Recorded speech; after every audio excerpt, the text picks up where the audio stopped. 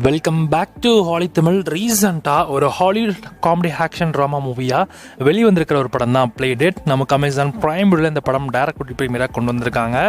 Tamil, Telugu, Hindi, Kannada, Malayalam, English, கன்னடான்னு multiple லாங்குவேஜஸ்மே இந்த படத்தை add பண்ணியிருக்காங்க. படத்தோட தமிழ் டப்பிங்குமே நல்லா இருக்குது. இந்த படம் வந்து ஒரு ஃபன் டைப்பில் இருக்கிற ஒரு ஆக்ஷன் ட்ராமா மூவி. ஸோ நிறைய இடத்துல வந்து ஃபன்னியான எலமெண்ட்ஸ் இருக்குது. அது எல்லாமே அந்த ஹியூமர் உங்களுக்கு ஒர்க் ஆனால் மட்டும்தான் இந்த படம் உங்களால் ஃபுல்லாகவே ரசிக்க முடியும். பிரெயின் அப்படிங்கிற ஒரு கூலான டேடி, ஸோ அவங்களோட பையன் கூட டைம் ஸ்பெண்ட் பண்ணி அவங்களோட பையனை வந்து ஒரு ஸ்ட்ராங்கான ஒரு பர்சனாக மாற்றணும் அப்படின்றதுக்காக போராடுவாங்க. அண்ட் ஒரு கட்டத்தில் ப்ளே டேட் அப்படின்ற ஒரு விஷயத்துக்காக ஸோ இவங்க ஒரு இடத்துக்கு கிளம்பி போகிறாங்க. ஸோ அங்கே தான் ஜெஃப் அப்படிங்கிற நம்ம கதையோட ஹீரோவான பாஸான ஒரு பாடி பில்டர் ஒரு மாதிரி ஒரு உருவம் வந்து நிற்கிது. ஸோ அப்போ அவங்க ரெண்டு பேருக்குள்ள ஒரு ஃப்ரெண்ட்ஷிப் ஒன்று உண்டாகுது. ஸோ அவங்களுக்குமே ஒரு பையன் இருக்கான். ஸோ இதுக்கப்புறம் இந்த கதை நடக்கிற அடுத்தடுத்து நடந்த சம்பவங்கள் என்ன, அது எல்லாமே நமக்கு ஒரு ஃபன் ஃபீல்டாக ஒரு ஹியூமரோட ஒரு ஆக்ஷன் டைப் த்ரில்லர் மூவியாக ஸோ நமக்கு சொல்லியிருக்க படம் தான் இந்த ப்ளே டேட்.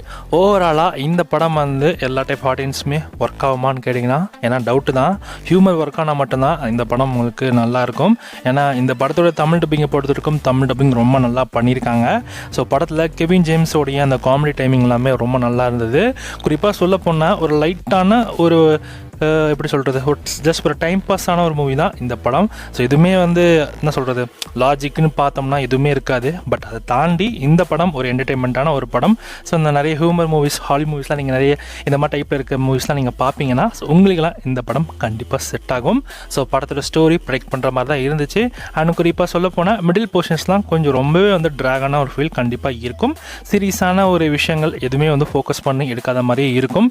ஸோ இது ஓவராலாக இது வந்து ஜஸ்ட் பைத்தியத்தனமா அப்படின்ற மாதிரி நீங்கள் அந்த மாதிரி ஒரு ஸ்க்ரீன் பிளேல இந்த படம் எழுதியிருக்காங்க. ஸோ வேணுறவங்க செக் பண்ணி பாருங்கள். இந்த படத்தை தமிழ் டபுள் வேர்ஷன் இப்போ உங்களுக்கு ப்ரைம் வீடியோவில் அவைலபிளாக இருக்குது.